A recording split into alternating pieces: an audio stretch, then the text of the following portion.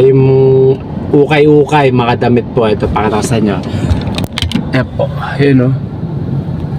Nakabalot ho. May strap pa ho, yung pinakatali ho niya. Yan po yung ano, yung na-pick up po kay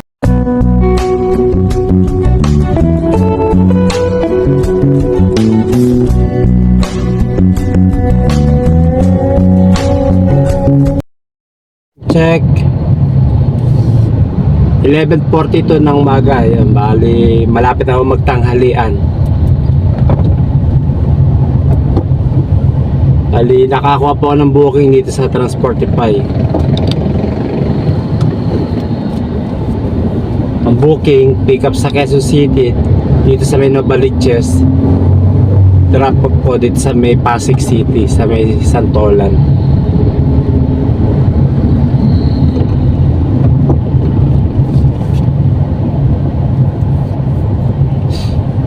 Bali meron pa tayo 26 minutes remaining time bago tayo makarating sa drop off at ang layo 6.5 km.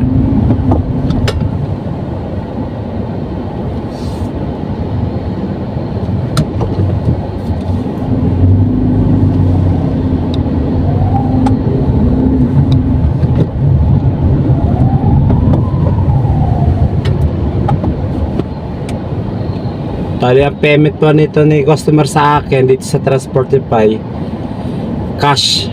So sisingilip po siya, nagkakalaga ng 452 pesos. Yan, 452 pesos po na ibabayad sa akin. Hindi po siya company booking, hindi po siya Gcash, yung payment ko hindi cash. Okay? At syempre kapag yung na-pick up kong item, yung ukay-ukay, mga damit po. Ito, pakita ko sa inyo. Ayan po, yun o. Nakabalot ho. May strap pa ho, yung pinakatali ho niya. Yan po yung ano, yung na-pick up po kay customer. May kabigatin din po kasi siksik to siksik po siya. So, ang buhat talangin. Pero okay lang, kaya naman buhatin. At syempre yung payment pa sa akin, babayad sa akin ni customer, yan, ay nagkakalaga 362 pesos. Yun po ang babayad sa akin, 362. Pwede na kaysa wala, kumbaga panggastin. Hindi po basahin dun yun. Kung di ako bumiyahe, hindi ako kikita na ganun. Kumbaga nagtsatsaga lang po ako sa biyahe dito sa Transportify kasi alam po kikita po kahit paano eh.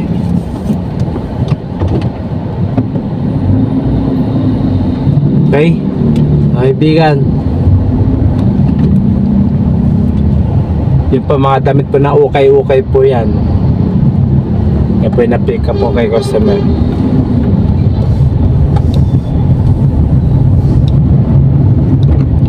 Kasi parang ano siya, nagtitinda siya ng ukay-ukay si customer, siguro yun ang negosyo niya.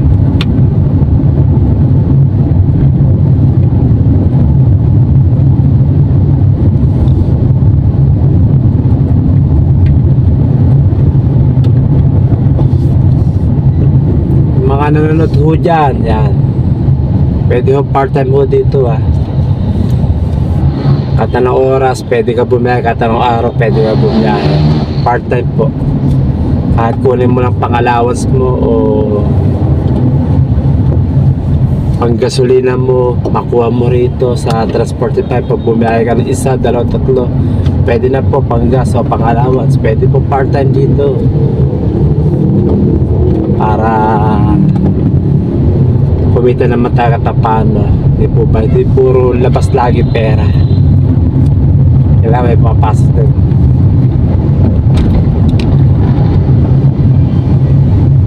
Okay, yun lang po mga kaibigan, mga kasama. Try po ninyo, baka sakaling pag gusto ninyo bumiyahe dito sa Transportify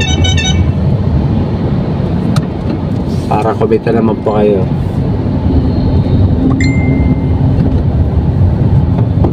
Maka isa, dalawa, tatlong biyahe ka sa isang araw. Part time lang, kung minsan lang. Dahil may trabaho ka, Lalo at regular ka pa sa kumpanya na pinapasukan mo, pwede mag-part-time mo dito para kumita ka naman. Makuha mo man lang yung pang-allowance mo, di ba? Malaking bagay na yun.